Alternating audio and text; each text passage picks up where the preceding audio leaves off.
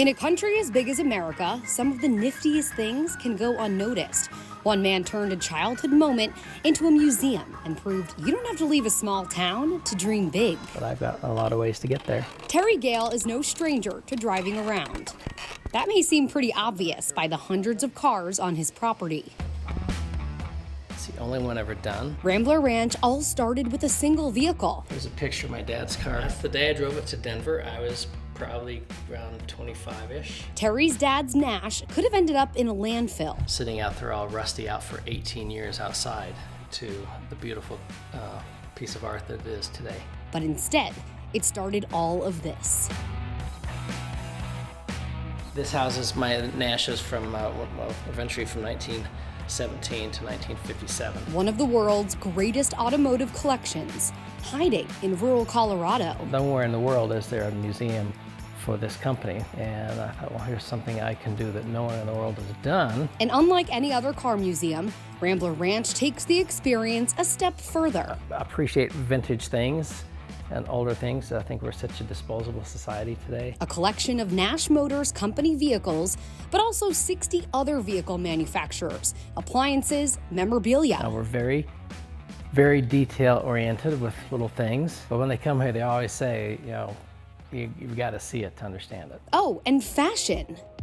So this all makes me happy. A vintage collection was waiting for the right creative director. Terry had a lot of mannequins on display, but they were not up to par with the way his cars were being displayed. That's when Daniel Green stepped in. I came on a tour here at the ranch. I just saw a lot of creative possibility here. Bringing big Hollywood glamour to the forefront of Rambler Ranch. The creative process is simple. It's play. You know, just simply play, experiment, and you can't go wrong. And when being creative, there are no wrong answers. We are in the wardrobe department at the Rambler Ranch behind the scenes. You gotta check out my wig room in here. This is where I get weird, a little bit.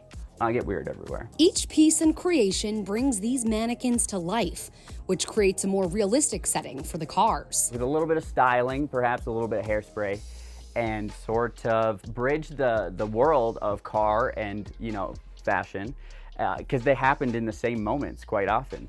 Who's getting out of that car? The dress on this mannequin is the actual dress that she wore the night she was crowned Miss America. Those are the little details that just give me goosebumps to think about. Daniel never realized glam and glitz could exist like this in rural America. You just think you have to go to Hollywood to produce, to do what, you know, to make it big or to achieve your dreams. But you can kind of make your dreams happen anywhere. It's just what you do with what you have. Now he knows that's not the case. I never imagined that I would be out in the rural countryside of Colorado, living my mini Hollywood dream.